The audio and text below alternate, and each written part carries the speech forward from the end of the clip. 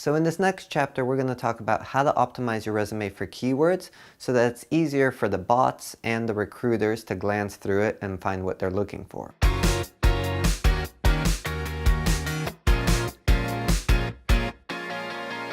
Alright, so now we're going to talk about a dirty little secret in the job application process. Automation.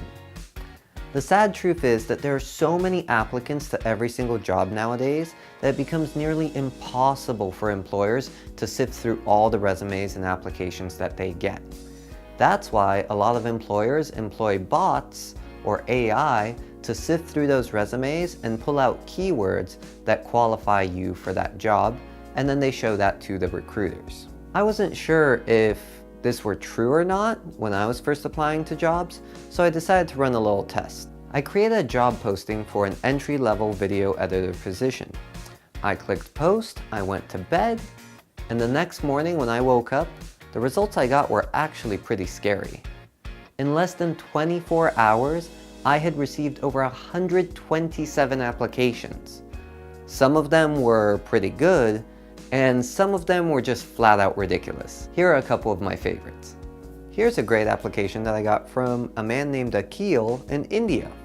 Dear Sir, Ma'am. My name is Akhil. I am sure I can do what you need. Akhil. And that's it. Here's another one I particularly like. This is from Rico. When do I start? And I'm bilingual in English and Spanish.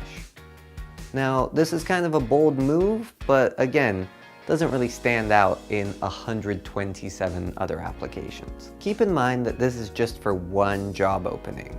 So it's very understandable that for bigger companies with multiple job openings, they're gonna need to automate this process somewhat. But with every flaw in the system, and there are a lot, comes an opportunity.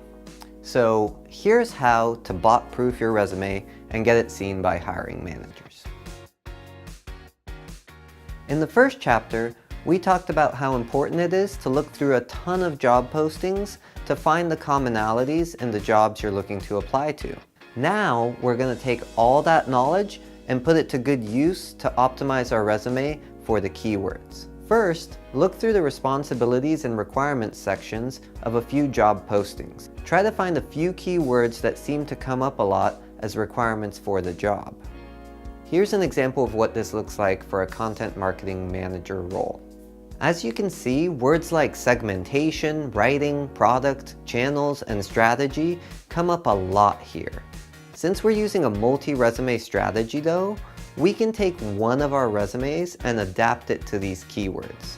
I recommend using the skills section of your resume to stuff with these keywords. Now, you don't need to stuff every single keyword in there, but just try to get the most common ones. This is also a great place to put in tools such as WordPress or Google Analytics that might be part of the job. Just to show you how easy it is to change this for a job posting that might be similar but not exactly the same, here's how this looks like for a social media manager position. You can see that a lot of keywords are the same, but I've changed a few and moved some around so that the bots pick up those keywords and move my resume to the top.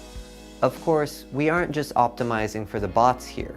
According to an article by Time Magazine, a recruiter spends on average just 6 seconds looking at your resume. That means that recruiters are also just scanning through your resume to see if they should follow up with you or not.